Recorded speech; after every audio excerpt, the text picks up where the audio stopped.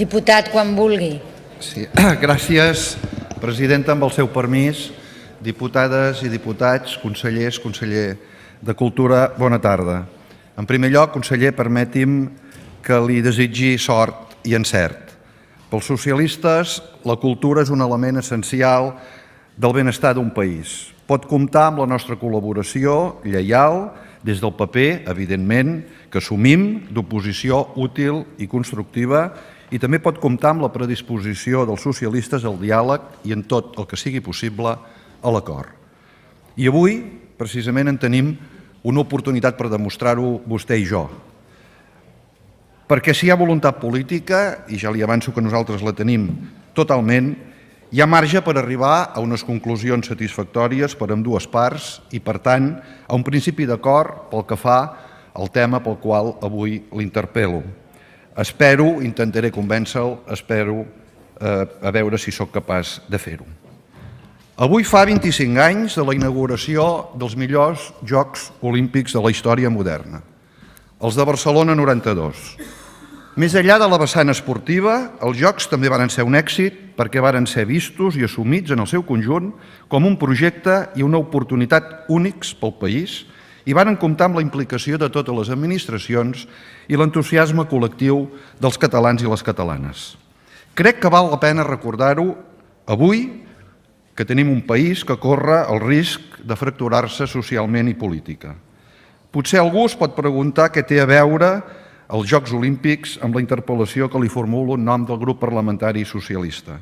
Espero que al final de la meva intervenció s'entengui el paral·lelisme. En tot cas, la lliçó que ens varen donar als Jocs Olímpics l'hauríem de tenir sempre present i no oblidar-la mai.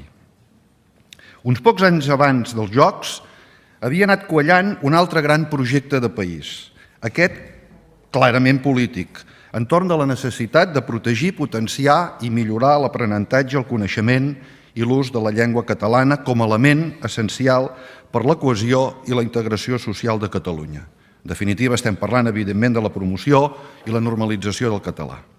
Aquest gran acord de país, que alguns qualificarien avui d'estructura d'estat, el varen protagonitzar especialment, i dic especialment i no únicament, el PSC, el PSUC i Convergència Democràtica de Catalunya, amb personatges claus, i tampoc voldria que ningú se sentís marginat, com Marta Mata, Maria Aurèlia Capmany o Aina Moll. Aquest acord es va concretar en dues grans estratègies, en dues grans potes, que es varen anar dibuixant i implantant al llarg de la segona meitat dels anys 80 i els primerencs anys 90. En primer lloc, el model d'immersió lingüística a l'escola, que els socialistes hem defensat i defensem, basat fonamentalment en una única xarxa educativa que rebutjava la segregació i apostava per la integració. El primer programa d'immersió lingüística, el PIM, així se'n va dir, així se'n deia, es dugué a terme el curs 1983-84 i no per casualitat es va implantar a 19 escoles de Santa Coloma de Gramenet. El curs 92-93, l'escola en català arribava a la totalitat del país, convertint-se en el model d'ensenyament a tot Catalunya. I segon gran acord de país, segona gran pota, el model del Consorci per la Normalització Lingüística, del qual els ajuntaments, tots, però especialment els catalanistes i d'esquerres, en varen ser els principals impulsors i defensors. D'això fa 28 anys. Doncs bé, avui correm el risc de trencar una d'aquestes dues potes, un d'aquests dos grans acords, el model del Consorci per la Normalització Lingüística consensuat fa gairebé 30 anys.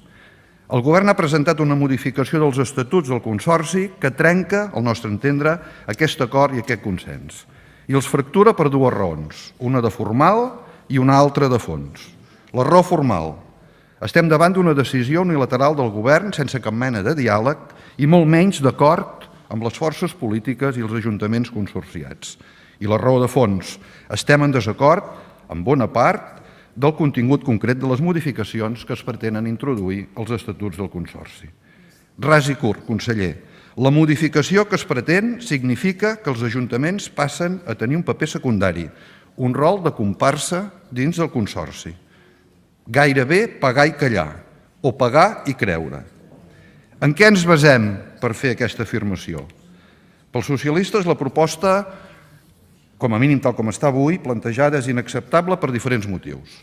És una proposta, com ja he dit, unilateral, feta de manera opaca i presentada directament als òrgans de govern del Consorci on la Generalitat en té majoria. Trenca el diàleg inicial, també ho he comentat, entre els ens locals i el govern a l'hora de definir les polítiques lingüístiques al territori. Es marginen els ens locals, que perden capacitat d'anàlisi i de decisió i passen només a tenir obligacions. La proposta significa una recentralització absoluta del Consorci. El govern passa a tenir la majoria i el control absolut, tant del Consell d'Administració i el ple com dels consells dels centres de normalització lingüística del territori. Aquests, els centres de normalització, passen a ser presidits per un representant de la Generalitat en comptes d'un alcalde o regidor, que és el que estableixen els estatuts vigents. El ple del Consell perd poder de discussió i de decisió. El Consell d'Administració, la presidència i la gerència passen a tenir el control absolut de tot el Consorci, programes, plantilles, pressupost, etc. El ple ni tan sols els ha d'aprovar, només n'ha de ser informat i tenir-ne coneixement. Els criteris en què es basa la proposta per establir les obligacions econòmiques tampoc s'expliquen més enllà de què és un criteri de nombre de població. S'estableix finalment un canvi important pel que fa a la restricció dels ens consorciats a l'hora de fer activitats de normalització lingüística duplicades o al marge dels programes del Consorci. Actualment aquesta restricció afecta tant a la Generalitat com als municipis. Els nous estatuts ho limiten només, o la proposta de nous estatuts ho limita només als municipis, quedant la Generalitat alliberada d'aquest compromís. Conseller, per què? Per què aquest canvi? A què obeeix? Quina és la intenció? És una porta oberta a la privatització d'alguns programes del Consorci? Ens agradaria que ens tragués de dubtes. Aquests són alguns dels principals motius de discrepància de la proposta d'estatuts. Conseller, no neguem la major, és a dir, no neguem la necessitat de reformar, modificar i actualitzar els estatuts del Consorci. Entenem que cal adequar-se a la llei de règim jurídic del sector públic i també podem entendre l'obligació d'adaptar-se a l'Arsal, tot i que és una llei que nosaltres, com vostè sap, no hi estem d'acord i la volem derogar. Però creiem que per fer-ho cal el concurs dels grups parlamentaris i molt especialment del diàleg i l'acord amb els ens consorciats, amb els ajuntaments, a través de les associacions municipalistes, la Federació de Municipis i l'Associació Catalana de Municipis. No ens val que es digui que la proposta de modificació dels estatuts comptarà amb una informació pública en la qual tothom hi podrà dir la seva, perquè els estatuts els aprovarà definitivament el govern i pot no fer cas de les al·legacions presentades. Nosaltres defensem i proposem que el text que es sotmeti a informació pública hagi comptat prèviament amb la participació dels ens consorciats, que ja es disposi, per tant, d'un principi d'acord, tant institucional com polític.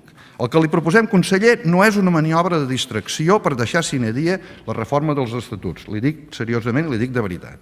Creiem que amb voluntat de cooperació, en poques setmanes, en un parell de mesos, l'acord i el consens poden ser possibles. Vaig acabant, conseller. No posi els ajuntaments amb la disjuntiva d'aprovar o rebutjar en el seu ple municipal uns estatuts unilaterals. Repeteixo per enèsima vegada, cal un acord previ. I torno al principi de la meva intervenció. La nostra predisposició al diàleg i l'acord és total. La prova la té en el fet que no hem tingut cap inconvenient en fer-li arribar el posicionament del partit abans de la interpel·lació que ara li formulo. Espero que ho interpreti com un gest al diàleg i a l'entesa i, a més, amb tota franquesa i sinceritat. I ara sí que acabo. Unes setmanes abans del dia d'avui, fa 25 anys, el 13 de juny, recalava al meu poble des d'Olímpia la flama olímpica. La cerimònia que es va dur a terme portava per lema Empúries Port, Empúries Pont, Empúries Porta, Empúries Pacte. Per mi és una de les millors definicions del federalisme que defensem els socialistes. Conseller, comencem a recuperar l'esperit federal que en temes importants de país havíem practicat en altres moments, com he explicat en la meva intervenció. Recalem plegats al port, bastim un pont entre uns i altres, obrim la porta al diàleg i segellem un pacte. L'interès general del país segur que ens ho agrairà. Moltes gràcies. Moltes gràcies, senyor Bruguera.